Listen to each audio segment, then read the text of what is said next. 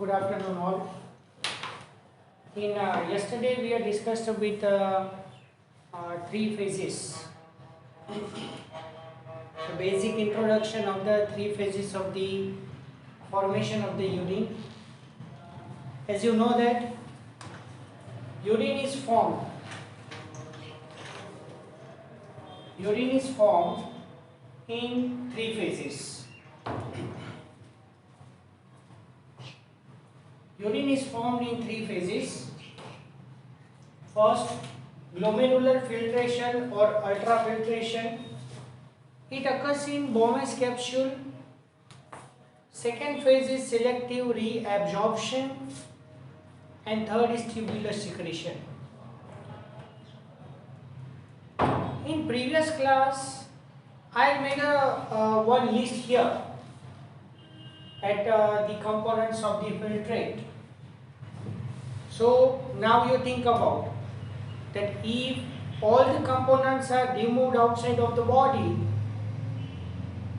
then our body lost the most of the important components present in our blood. So just you think about, just to assume that when filtrate moves towards the PCT, when filtrate move towards the PCT, simultaneously the blood comes outside from the Bowman's capsule through afferent arteriole reach to PCT. And you know that from the list we select the some important components, example protein, hormone, enzyme, vitamins, lipid, glucose, yes, little bit amount of water, some minerals, we can absorb it and pour it into blood back. Yes, ammonia, remember, ammonia and uric acid are present in our blood but in very least quantity, in very less amount. See, major portion, that is urea, but very least portion, very less portion, that is of ammonia and uric acid. So ammonia, very little bit amount, urea as well as uric acid, then the drugs, other waste products, and little bit amount of the water. Yes, according to the water amount present inside the body, fine. According to that, this all the components are remain now here in the filtrate.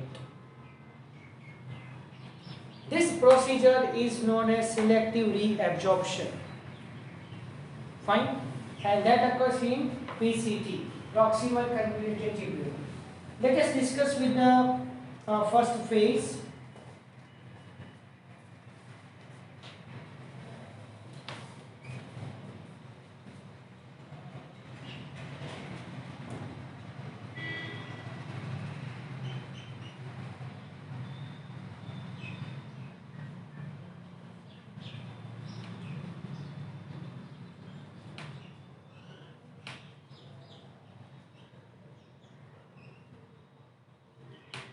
Yes, for that few words I had given that pressure filtration or ultrafiltration.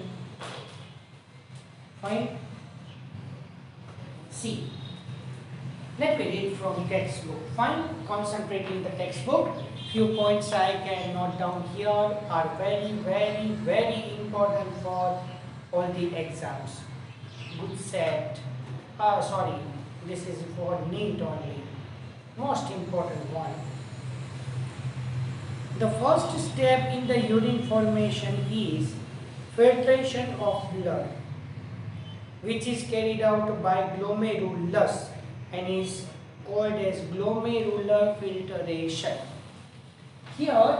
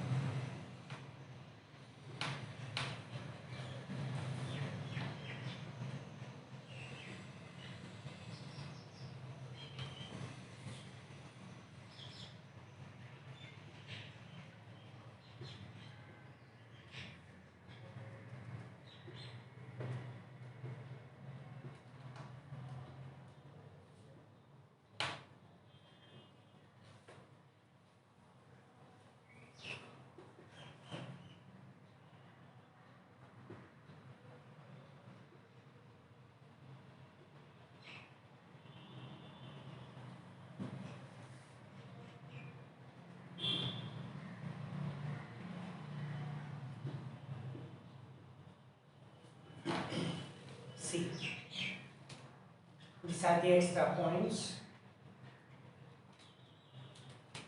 Glomerular filtration occurs in the Bowman's capsule.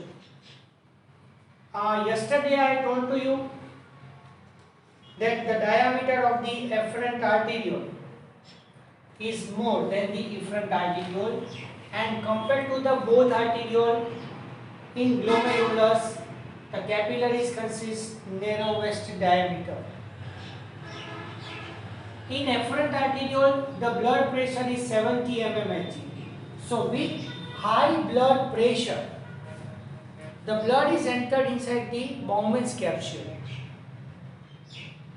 and rapidly the blood is filtered through filtration pore or filtration slits.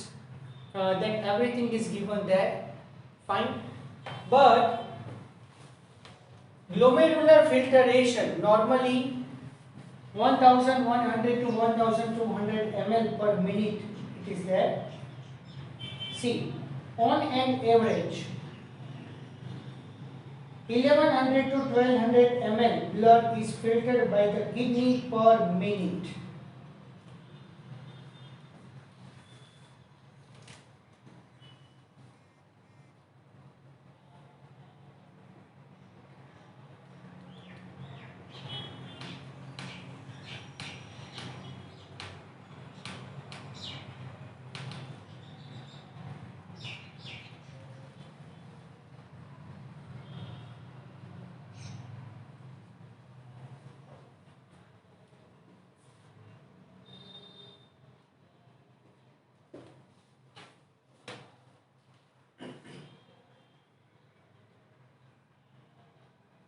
Which constitute roughly 1/5 of the blood pumped.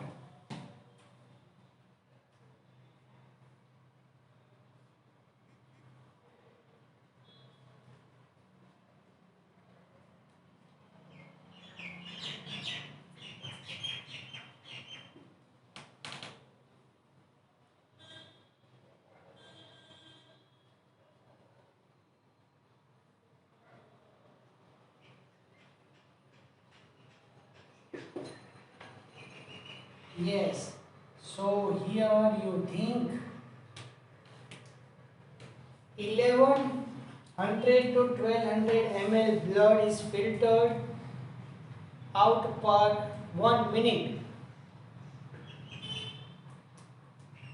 So around 5 to 6 liter blood. So whole blood of the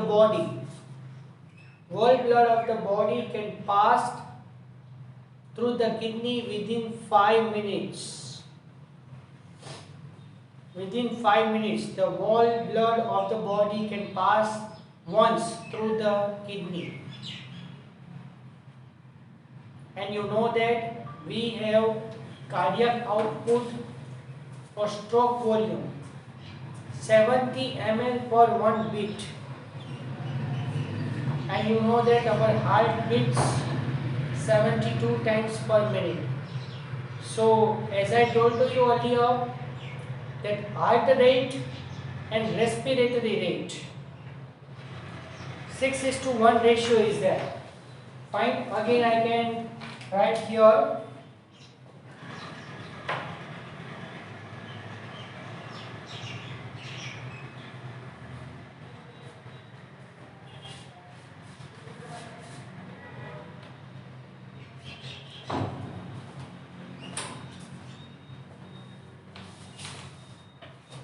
okay, and blood is filtered per 1 minute.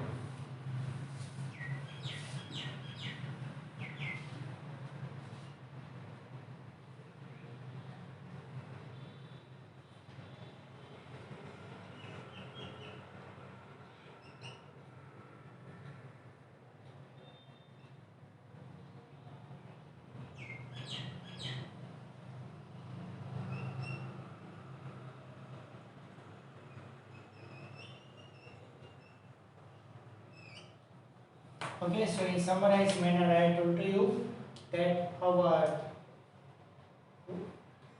body's whole blood pass through the kidney within 5 minutes. See. So the important MCQ, on an average 1100 to 1200 ml of blood is filtered by kidneys per minute, which constitute roughly 1/5 of the blood pumped out by each ventricle of the heart in a minute. The glomerular capillary blood pressure causes filtration of the blood through 3 layers. See, here 3 layers are there. The glomerular capillary layers outermost side. In between the glomerulus and Bowman's capsule layer, inner layer, fine, and the third is inner layer of the Bowman's capsule. Endothelium of glomerular blood vessel. The epithelium of Bowman's capsule and basement membrane between these 2 layers. So actually 3 layers are there. See, let us discuss with this.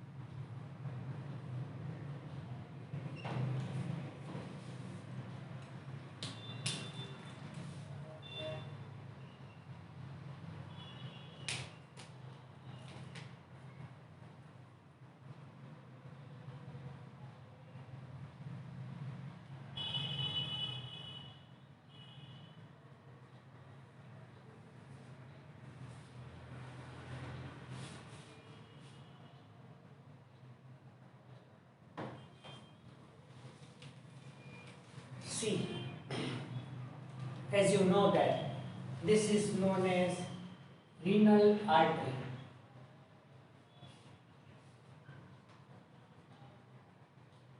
This is known as afferent arteriole, but this is the glomerulus. So this layer is known as endothelium. Endothelium is nothing but inner layer of artery. Okay, then this is the inner epithelium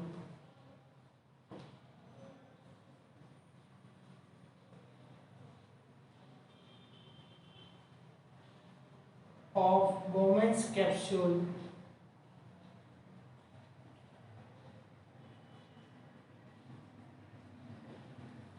Okay, you know that this is the podocytes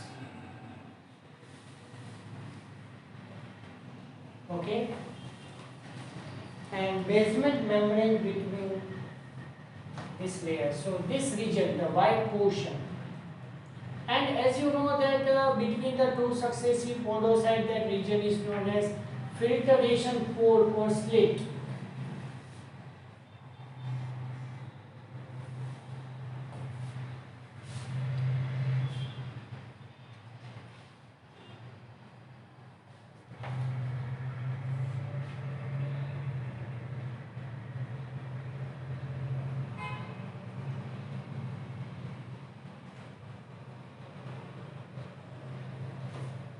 So generally what happened, from the renal artery, the blood enters in this direction, comes outside. Fine. But in this direction, from glomerulus, the components are filtered in the Bowman's capsule. Okay.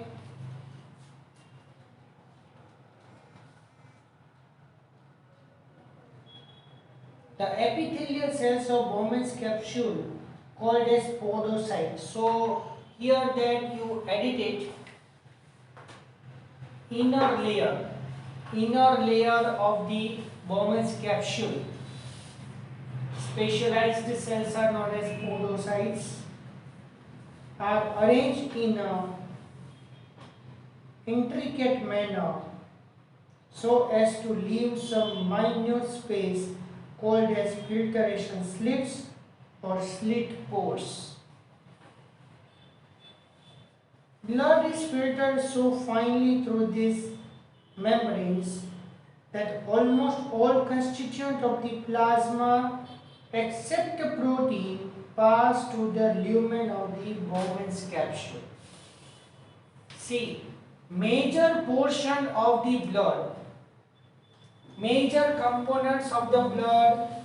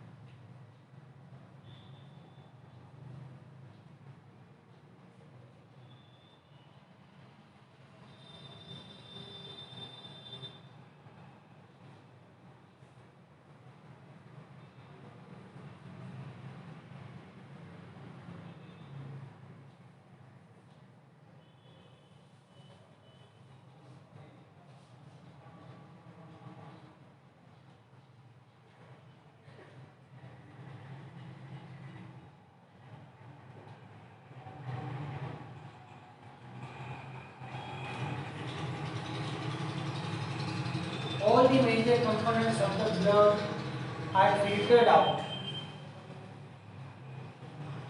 from the glomerulus to the Bowman's capsule, that is known as filtrate.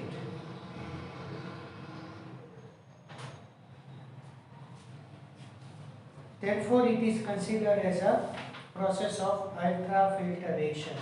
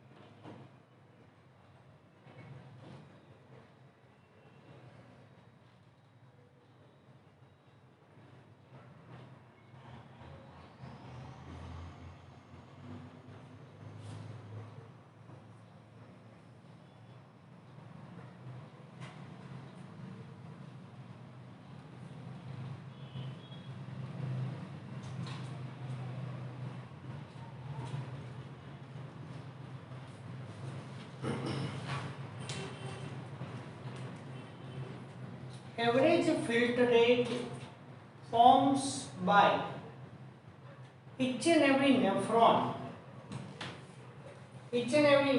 per 1 minute, okay, in each kidney. Average filter rate forms by each nephron per 1 minute.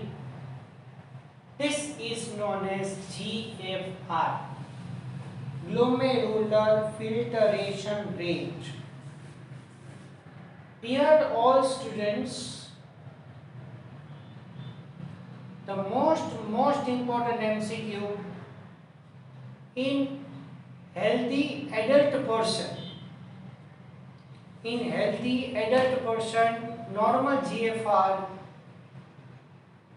125 ml per minute, or we say that 180 liters per day. But here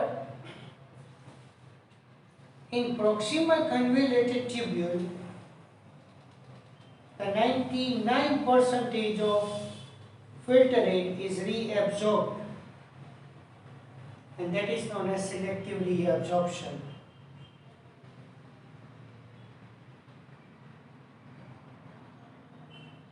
See,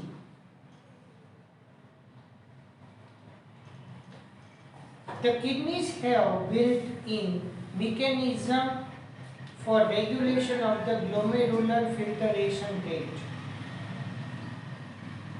One such efficient mechanism is carried out by MCQ juxtaglomerular apparatus. Juxtaglomerular apparatus is a special sensitive region formed by cellular modification in the distal convoluted tubule and afferent arteriole at the location of their contact. Here, wall glomerular filtration rate is controlled by juxtaglomerular apparatus.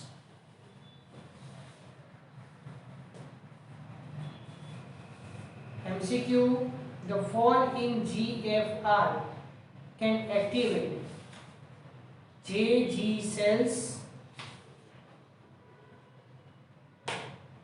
to release the renin. After few topics I will discuss with RAAS, that is RAS, renin, angiotensin aldosterone system. So when GFR falls, activate juxtaglomerular cells, release the renin, which stimulate the glomerular blood flow, and then GFR again become normal.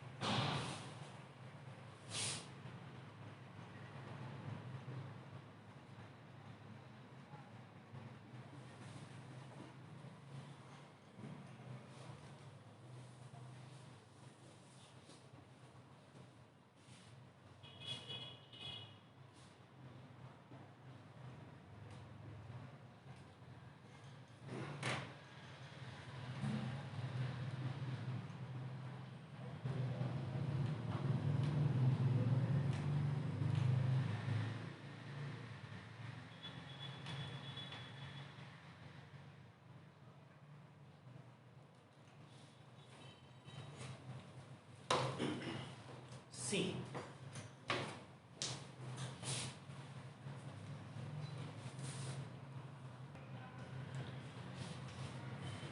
at comparison to 180 liter of filtrate, see, we know that 180 liter filtrate produced per day, and compared to that we can drink only 5 to 6 liter water per day. Majority, we drink 5 to 6 liter water per day. Filtrate forms 180 liter water per day. But important one, healthy individual excretes 1.5 liter urine per day.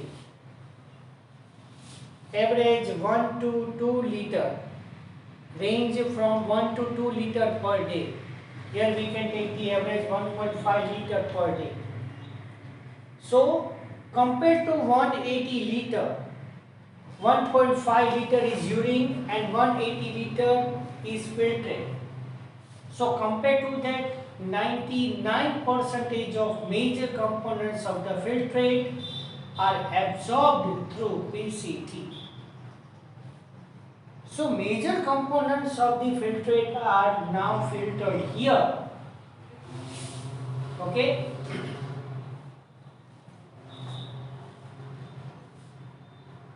See, a comparison of the volume of the filtrate formed per day, 180 liters per day, with that of the urine release, 1.5 liters, suggests that nearly 99% of the filtrate has to be reabsorbed by renal tubule.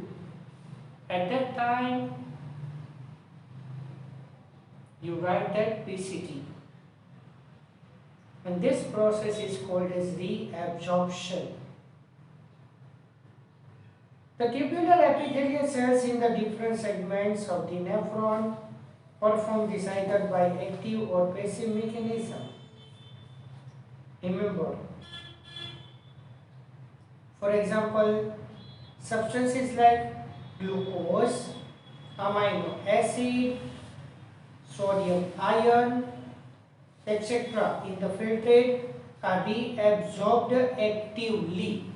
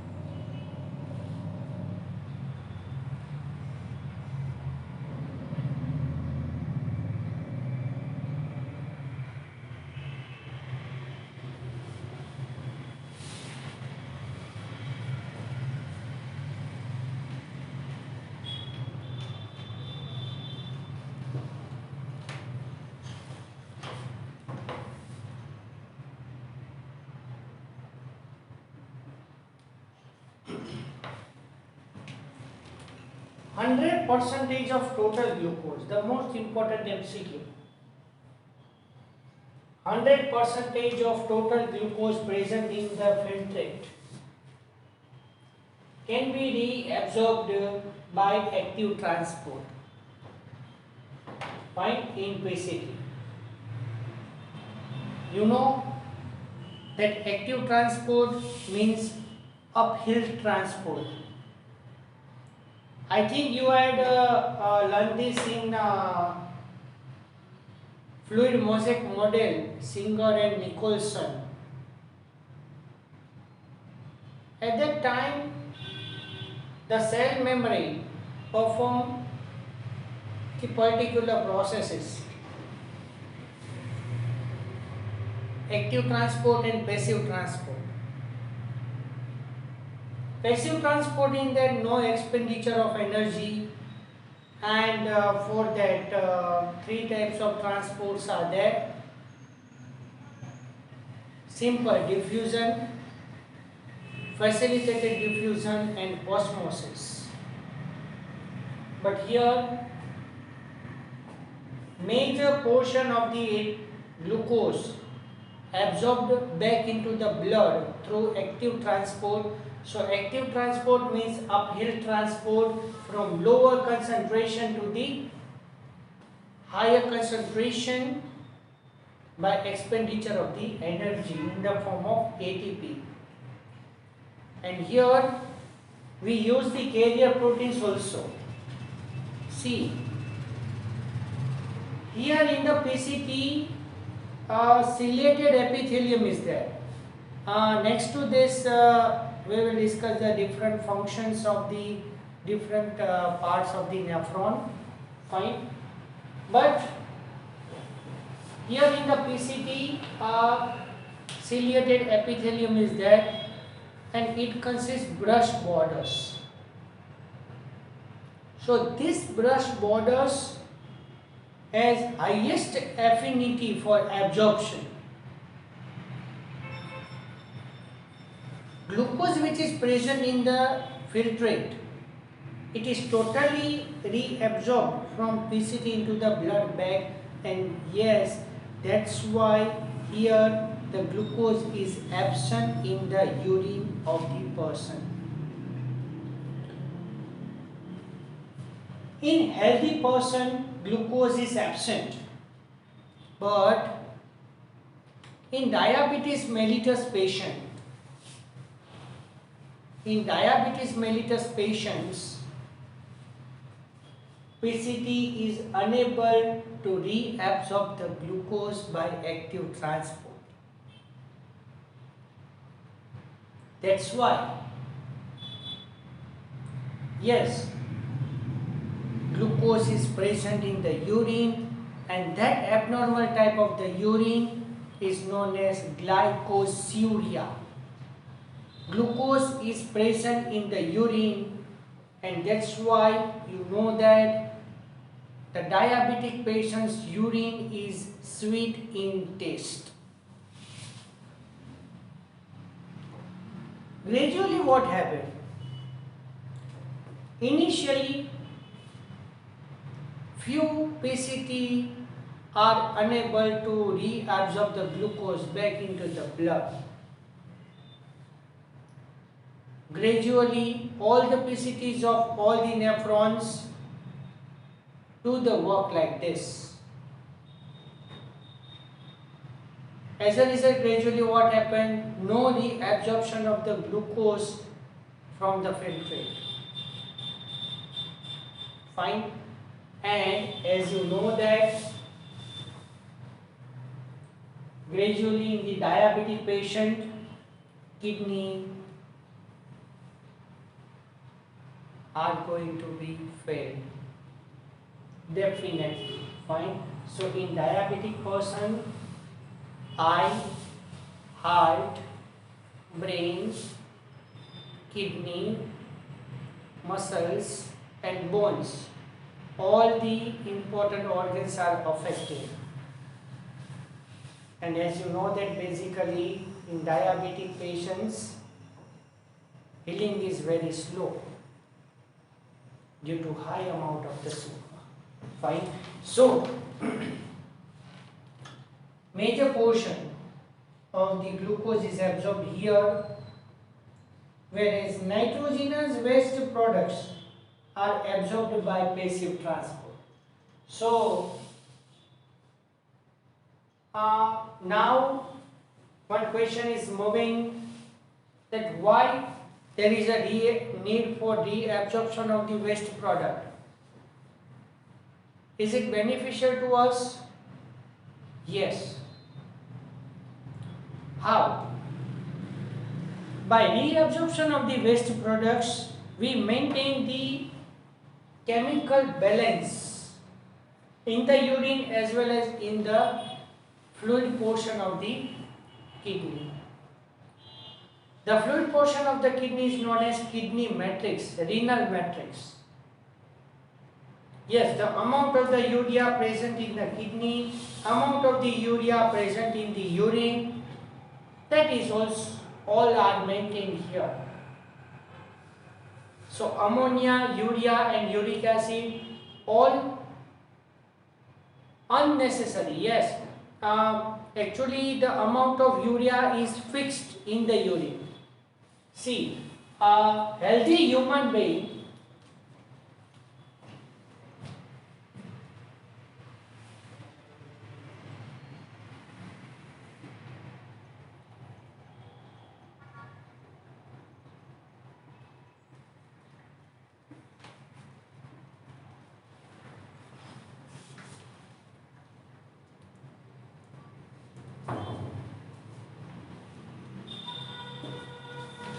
see,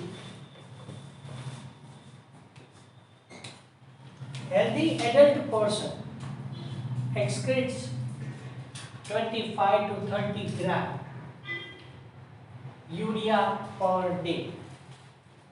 So this much amount of the urea required to excrete per day. If in the urine, see, a large amount of urea is there, then reabsorption of the urea and stored it in the blood. Yes, then again blood is now transferred to the kidney bag and then again it is filtered out, but adequate amount of the urea is maintained in the urine. Fine. So this is known as selective reabsorption. Nitrogenous waste are absorbed by passive transport. Reabsorption of water also occurs passively. So you write that reabsorption of water, glucose and amino acids can be reabsorbed by active transport, but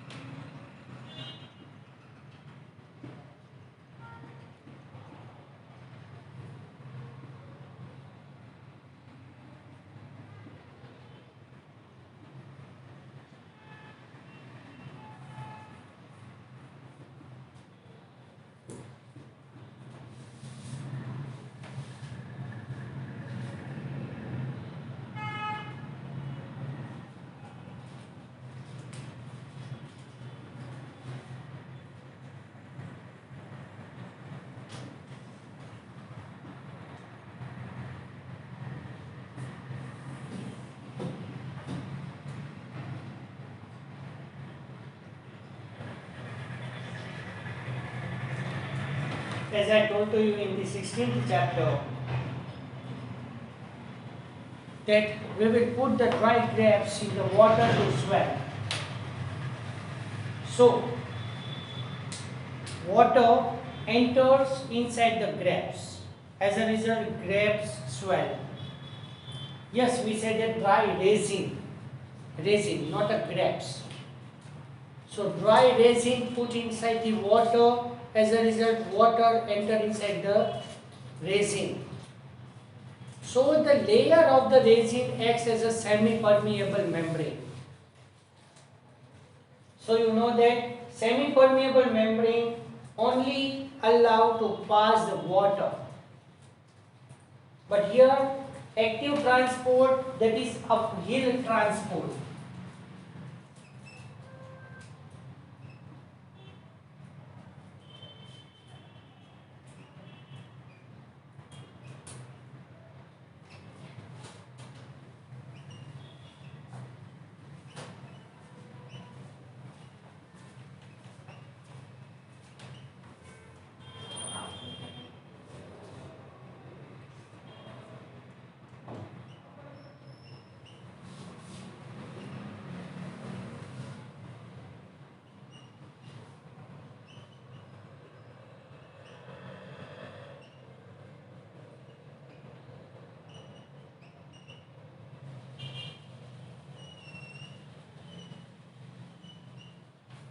Okay. So here water is reabsorbed by osmosis. So osmosis in that semi-permeable membrane, through that water is entered inside the blood bag. Yes, unnecessary amount of the blood is now present in the filtrate, can be retained there to formation of the urine. But amount of the water is also maintained inside the urine. See, if less amount of water is released through urine, fine, so urine is highly concentrated, it means filtration process is affected there. And you know that if large amount of the water is removed outside of the body, we are now facing the dehydration condition. During urine formation, tubular cells secrete substances like H plus, K plus and ammonia into the filtrate. MCQ: K plus, H plus and ammonia from the matrix of the kidney. These components are now secreted in the tubule bag. So now you make a heading here, a comparison of the volume of the filtrate. At that place you make a heading, selective reabsorption. At the initial point, the first step urine formation is filtration. At that place you make a heading, ultrafiltration or glomerular filtration. And here you make a heading, tubular secretion. Tubular secretion is also an important step in the urine formation, as it helps in the maintenance of the ionic and acid-base balance in the body. Dear all students, you please you write one more sentence here. In tubular secretion, the drugs and other waste products are also secreted, which are unable to filter throughout the glomerular filtration process or through the Bowman's capsule. So some components are present inside our blood that are very, very poisonous for the body, but are not filtered in the Bowman's capsule. So the components which are not filtered in the Bowman's capsule but required to eliminate outside of the body, so these components are secreted in the DCT. So that procedure is known as tubular secretion. So here I can stop now.